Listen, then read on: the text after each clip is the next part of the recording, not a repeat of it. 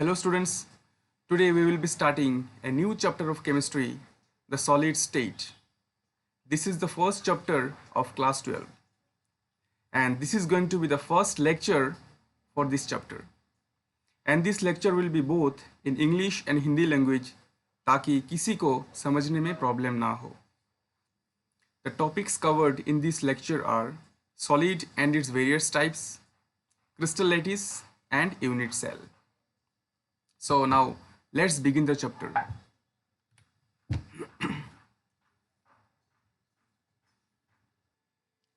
So now let us understand the solid state.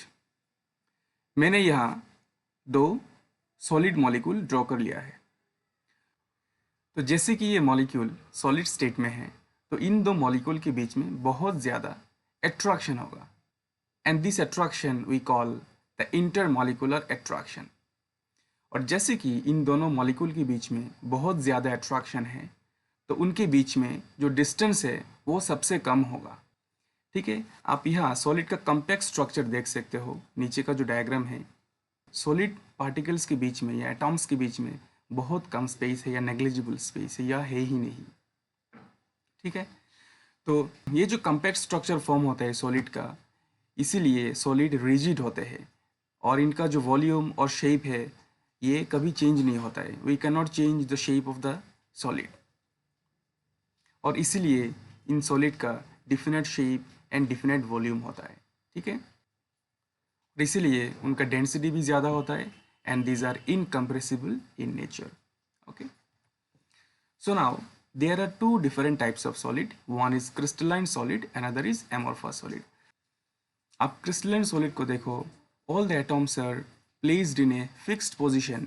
ये जो atoms होते हैं ये फिक्स्ड पोजिशन में प्रेजेंट है. ठीक है, but in case of amorphous solid they do not have a regular arrangement of the atoms.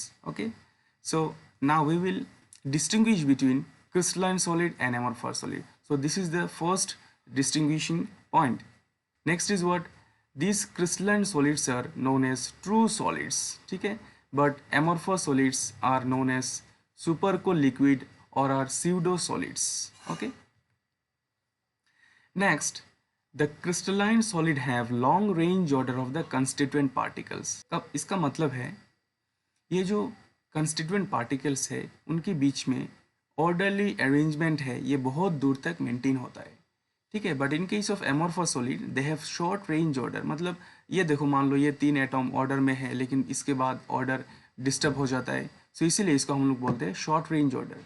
Next is these are anisotropic in nature. ये जो crystalline solid है these are anisotropic in nature, means the physical properties are direction dependent. मतलब आपको refractive index major करना है इस crystalline solid का, तो ये रिफ्रैक्टिव इंडेक्स का जो वैल्यू है वो डिफरेंट डायरेक्शन पे डिफरेंट वैल्यू शो करेगा.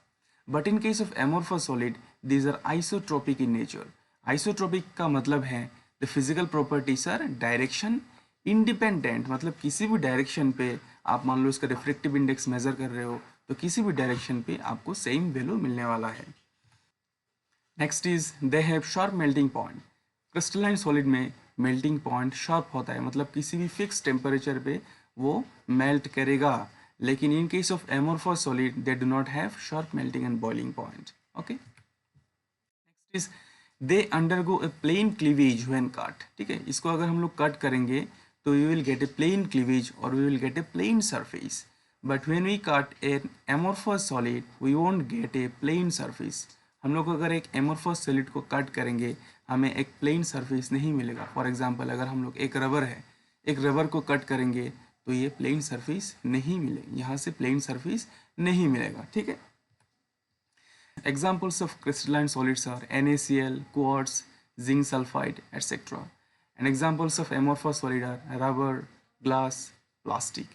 Okay, so these are the difference between crystalline solid and amorphous solid. Okay, next we will classify the crystalline solid. Okay, so crystalline solids are normally classified into 4 different types. Okay, so number 1 type is molecular solid. So molecular solid is also further divided into 3 different parts. Number 1 is non-polar molecular solid, next is polar molecular solid, and is hydrogen bonded molecular solid. Okay, so molecular solid में क्या होता है, जो constituent particles होते हैं वो होते हैं मॉलिक्यूल्स, ठीक है। जो कंस्टिट्यूएंट पार्टिकल्स है these are molecules, okay. All the molecular solid these are normally insulated, okay. तो अभी हम लोग पार्टिकुलरली पढ़ेंगे एक एक करके, जिससे कि सबसे पहले है नॉन पोलर मॉलिकुलर सॉलिड। तो यहाँ देखो नीचे Cl2 का डायग्राम दिया हुआ है। Cl2 normally Cl2 gaseous state में एग्जिस्ट होता है, लेकिन हम लोग Cl2 का सॉलिड स्टेट के बारे में बात कर रहे हैं, ठीक है। अगर Cl2 को हम लोग फ्रीज करेंगे so it will turn into A solid. So now यहाँ देख, तब यहाँ देखो ये जो Cl2 मॉलिक्यूल है, देखो this is non polar in nature, मतलब इस मॉलिक्यूल में जितना भी इलेक्ट्रॉन है ये electron evenly means equally distribute होना चाहिए थ्रू आउट द मॉलिक्यूल। तो इसीलिए इसको हम लोग बोलेंगे नॉन पोलर मॉलिकुलर सॉलिड, ठीक है। तो ये जो Cl2 मॉलिक्यूल है this is non polar in nature, ठीक है। और normally this solid are soft and have very low melting point. आपको एक बात ध्यान रखना है, ये जो नॉन पोलर सॉलिड है, इन नॉन पोलर सॉलिड के बीच में डिस्पर्शन और लॉन्डन फोर्सेस होते हैं, ठीक है। इसको बोलते हैं डिस्पर्शन और London forces, and which is the weakest force of attraction. Next is polar molecular solid. Polar molecular solid में क्या होगा, जो इलेक्ट्रॉनिक डिस्ट्रीब्यूशन है वो इवनली नहीं रहेगा थ्रू आउट द मॉलिक्यूल।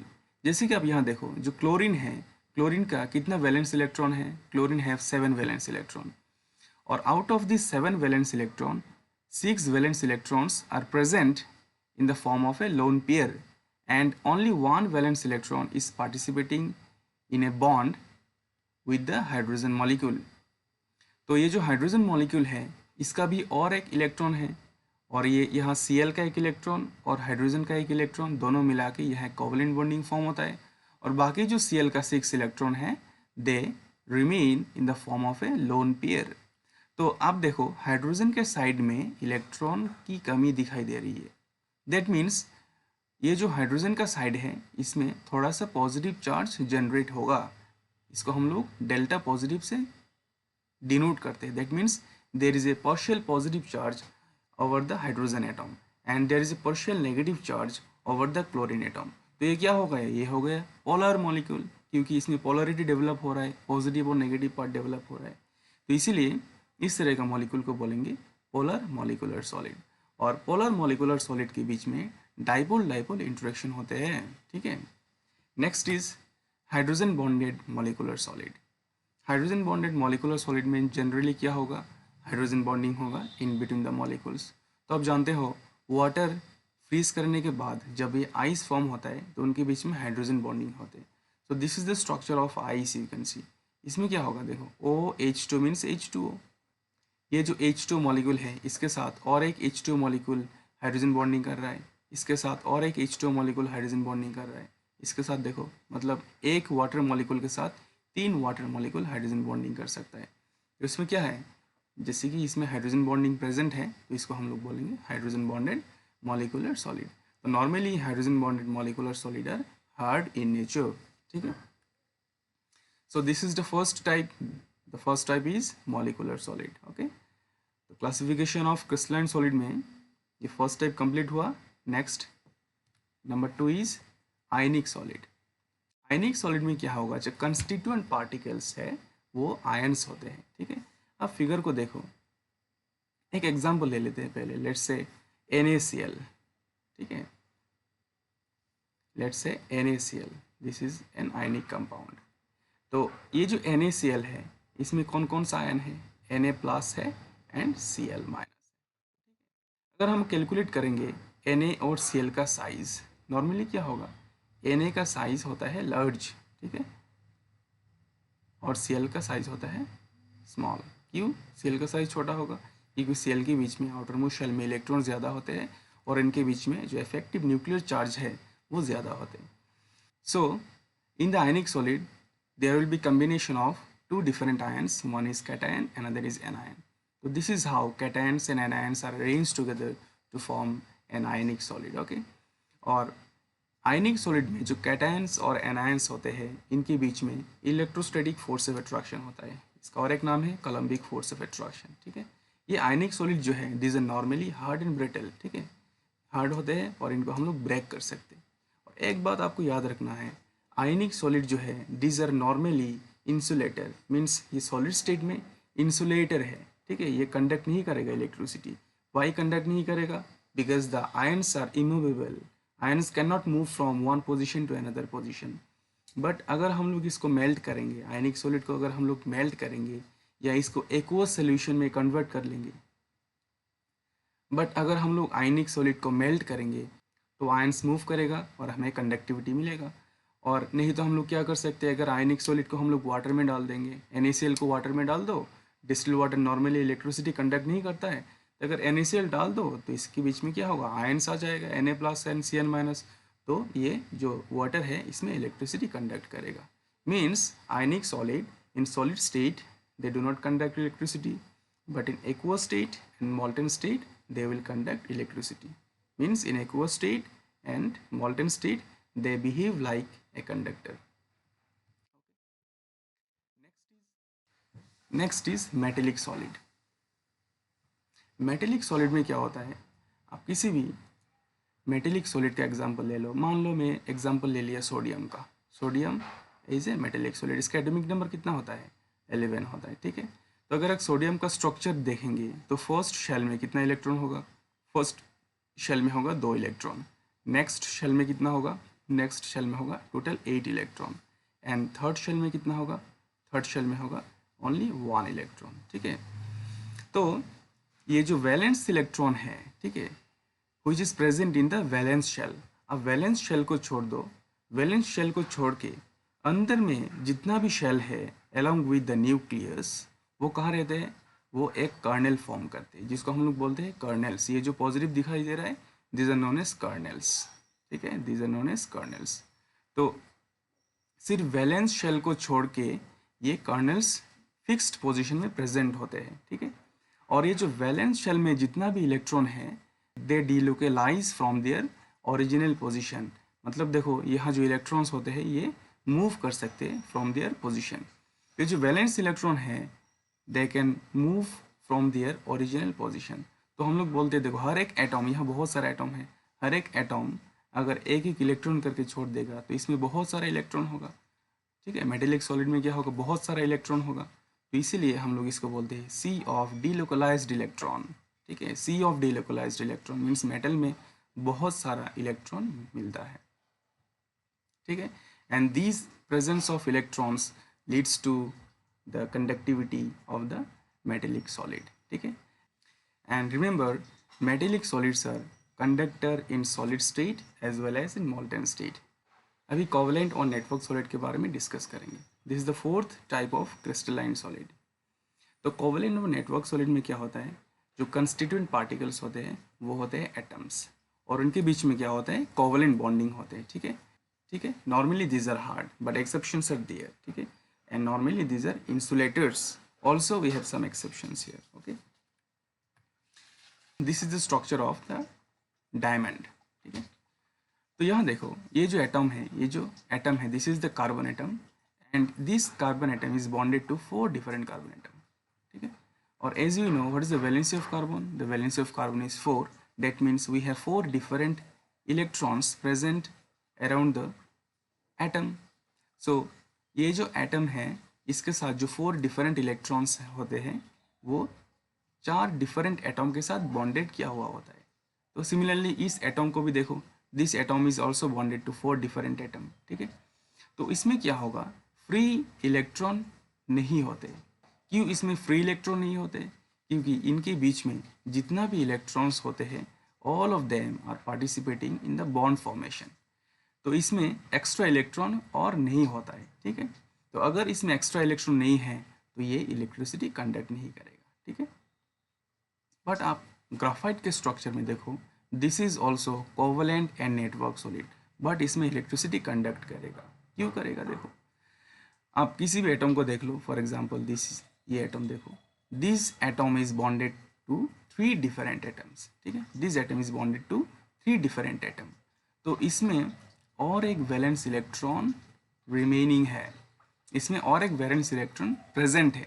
तो ये जो इलेक्ट्रॉन है वो कहाँ जाएगा, ये मूव करेगा from one sheet to another sheet, graphite layer structure form करते, और यहाँ से एक इलेक्ट्रॉन दूसरे शीट या दूसरे लेयर पर ट्रांसफ़र हो सकता है।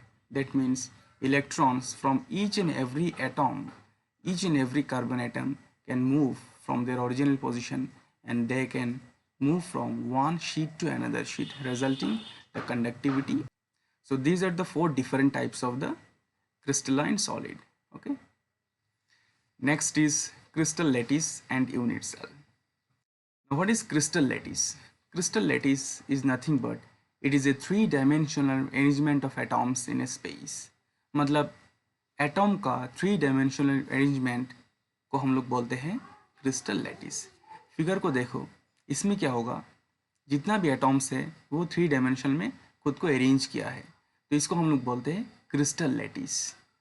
Now what is unit cell? Unit cell को समझने के लिए इसको देखो, यहाँ हम लोगों ने क्या किया है, 1 2 3 4 5 6 7 8, इन 8 एटम को, एटम का जो सेंटर है उनको हम लोगों ने कनेक्ट कर लिया है, और कनेक्ट करने के बाद हमें क्या मिल रहा है, एक क्यूब मिल रहा है। तो सिमिलरली इन 8 एटम को हम लोग अगर कनेक्ट करेंगे तो हमें यहाँ भी और एक क्यूब मिलेगा, तो जिसको हम लोग बोलेंगे यूनिट सेल। ठीक है, तो ये जो यूनिट सेल है ये कितना मिलेगा, बहुत सारा मिलेगा, क्योंकि जितना भी 8 एटम हम लोग ले लेंगे एक साथ और इनका सेंटर को हम लोग कनेक्ट कर लेंगे तो हमें क्या मिलेगा, एक यूनिट सेल मिलेगा। अभी यूनिट सेल का मतलब है this is the small portion of the crystal which when repeats over and over in space we get the whole crystal। इसका मतलब है अगर ये यूनिट सेल को हम लोग ओवर एंड ओवर रिपीट करेंगे तो हमें पूरा क्रिस्टल मिल जाएगा। ठीक है, यहाँ देखो, ये जो एटॉम्स हैं ये नॉर्मली एक्चुअल स्ट्रक्चर्स होते हैं, लेकिन यहाँ समझाने के लिए एटॉम का साइज डिक्रीज कर दिया गया है। तो अगर एटॉम का साइज छोटा होगा तो एटॉम का बीच में जो लाइन होगा ये हमें क्लियरली दिखाई देगा। ठीक है, मान लो ये जो this is whole crystal lattice, ये एक पूरा क्रिस्टल लेटिस है। ठीक है, और इनके बीच में एक पार्ट हम लोगों ने ले लिया है, this is known as the unit cell. ठीक है, that means this is the small portion of the crystal which when repeats over and over we get the whole crystal. ठीक है, अभी चलो और एक एग्जाम्पल देखते हैं। So this is what, this is the crystal lattice. ठीक है, क्रिस्टल लेटिस में देखो बहुत सारे एटॉम्स हैं, तो यहाँ क्या हुआ है, एटॉम्स को हम लोगों ने कनेक्ट किया है। ठीक है, and the shaded part is known as the unit cell. ठीक है, because this is the smallest portion of the crystal. ठीक है, ये जो स्मॉलेस्ट पोर्शन है ये अगर बार बार रिपीट करेगा तो ये होल क्रिस्टल फॉर्म कर सकता है। ठीक है, आप इसको अगर हम लोग जूम करके देखेंगे तो इसको इस तरह से दिखाई देगा, मतलब this is nothing but A cube. ठीक है, मतलब किसी भी यूनिट सेल को डिफाइन करने के लिए हमें इसका लेंथ चाहिए, ब्रेथ चाहिए, हाइट चाहिए, और हमें क्या चाहिए, अल्फा चाहिए, बीटा चाहिए, गामा चाहिए। अल्फा बीटा गामा क्या है, this is the axial angles. Okay, next we will discuss about the types of unit cell. Unit cell का टाइप्स क्या होते हैं? Normally unit cell are of two types, one is simple or primitive unit cell, another is centered unit cell. Now, centered unit cell is also divided into three different types. Number one is body centered, number two is face centered, and number three is end centered. Okay. Now, let us understand the first type of unit cell, that is primitive or simple unit cell. तो इस तरह का unit cell में क्या होगा, the constituent particles are present only at the corners of the unit cell. ठीक है, ये जो कंस्टिट्यूएंट पार्टिकल्स हैं कहाँ प्रेजेंट होते हैं, only at the corners of the unit cell.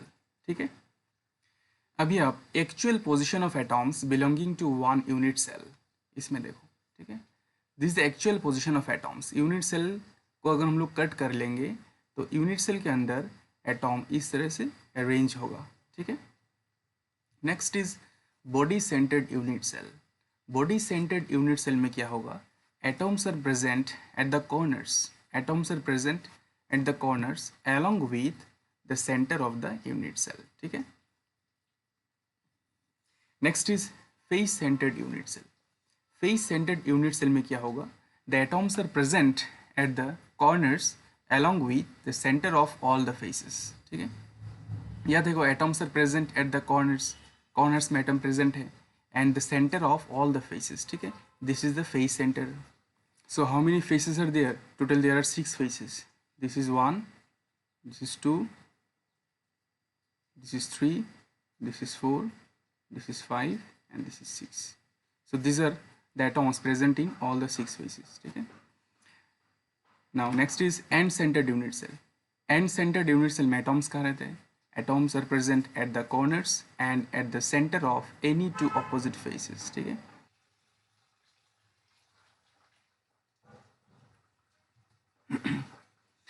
Now we need to know the contribution of atoms inside an unit cell. मतलब एक एटम जब यूनिट सेल के अंदर रहेगा तो इसका कंट्रीब्यूशन कितना है. मतलब ये पूरा एटम यूनिट सेल के अंदर होता है या कुछ पार्ट इसके बाहर भी होता है. ठीक है. First one is when an atom is present inside the centre of the body which is known as body centre. ठीक है, जब एक एटम यूनिट सेल के सेंटर में होगा तो इसका टोटल पार्ट ही यूनिट सेल के अंदर होता है. तो इसको हम लोग लेंगे कंट्रीब्यूशन 1. ठीक है. Now when an atom is present at the centre of the face, जब एक एटम फेस के सेंटर में होगा तो क्या होता है, इसका हाफ पार्ट अंदर होता है और इसका हाफ पार्ट बाहर होता है. That means the contribution will be equal to 1/2. Next, when an atom is present inside the edge. तो जब एक एटम एज के सेंटर में रहेगा तो इसका 1/4 पार्ट यूनिट सेल के अंदर होता है. That means only 1/4 part of the whole atom is present inside the unit cell. Therefore the contribution is equal to 1/4. Next, when an atom is present at its corner, so when an atom is present at the corner of the unit cell, its 1/8 part is present inside the unit cell. Therefore जब कोई भी atom unit cell के corner में रहेगा तो इसका contribution होगा 1/8. Okay, so now we will calculate the number of atoms present in a unit cell. अभी हम लोग ये कैलकुलेट करेंगे कि ये जो पूरा यूनिट सेल है इसके अंदर टोटल कितना एटम्स प्रेजेंट है. ये जो पूरा यूनिट सेल है इसके अंदर टोटल कितना एटम्स प्रेजेंट है. ठीक है. प्रिमिटिव या सिंपल यूनिट सेल में एटम्स का प्रेजेंट है ओनली एट द कॉर्नर्स. ठीक है. So there are total how many corners? There are total 8 corners.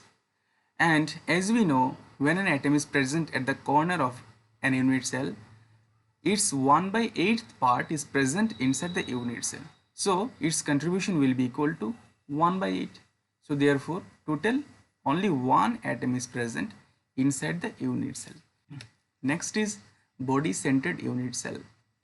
Body centered unit cell में देखो atoms are present at the corners along with the center of the unit cell. तो यहाँ similarly देखो यहाँ atom कितने होते हैं? Total there are 8 atoms which are present at the corners. So corners में कितना होगा? 8 एटम्स है. और अगर एक एटम कॉर्नर में होता है तो इसका कंट्रीब्यूशन कितना होता है? 1/8. सो टोटल हो गया हमारे पास 1 एटम. और एक एटम कहाँ प्रेजेंट होते हैं? At the centre of the unit cell. So इसका कंट्रीब्यूशन कितना होगा? इसका कंट्रीब्यूशन होगा 1. मतलब whole atom is present inside the unit cell. So total we have 2 atom which is present inside the unit cell. Okay, next is face centered unit cell. So in the face centered unit cell, atoms are present at the corners along with the center of all the faces. अब इस structure को देखो. ठीक है, atoms कहाँ होते हैं? Corners में होते हैं. कितना कॉर्नर्स में कितने एटम्स हैं? 8 एटम्स हैं. और हर एक एटम का कंट्रीब्यूशन कितना है? 1/8. तो यह हो गया हमारे पास ओनली 1 एटम. और ये जो है देखो, ये जो फेस सेंटर में जो एटम है इसका हाफ पार्ट होता है अंदर और हाफ पार्ट होता है बाहर. तो इसीलिए इसका कंट्रीब्यूशन कितना होगा? हाफ होगा. तो how many faces are there in a cube? Total there are 6 faces and each atom which is present at the face, the contribution of this atom will be 1/2. So equal to there are 3 atoms. So total, so how many atoms are there? Total we have 4 atoms present inside the unit cell. So face centred unit cell में जो effective atomic number है वो कितना होता है? वो होता है 4. Next is end centred unit cell. End centred unit cell में क्या होगा, atoms are present at the corners, ठीक है। तो कॉर्नर्स में कितने एटम्स है, 8 एटम्स है, 8 इंटू 1/8 इक्वल टू कितना है 1। And the centre of any two opposite faces, ठीक है। तो फेस के सेंटर में कितना एटम है, ओनली 2 एटम है, और हर एक एटम का कंट्रीब्यूशन कितना है 1/2, तो यहाँ से मिलेगा 1। So total we have 2 atoms present inside the unit cell. So in this table you will get the information about all the 4 unit cells. Okay, so that's all about the lecture. Thank you.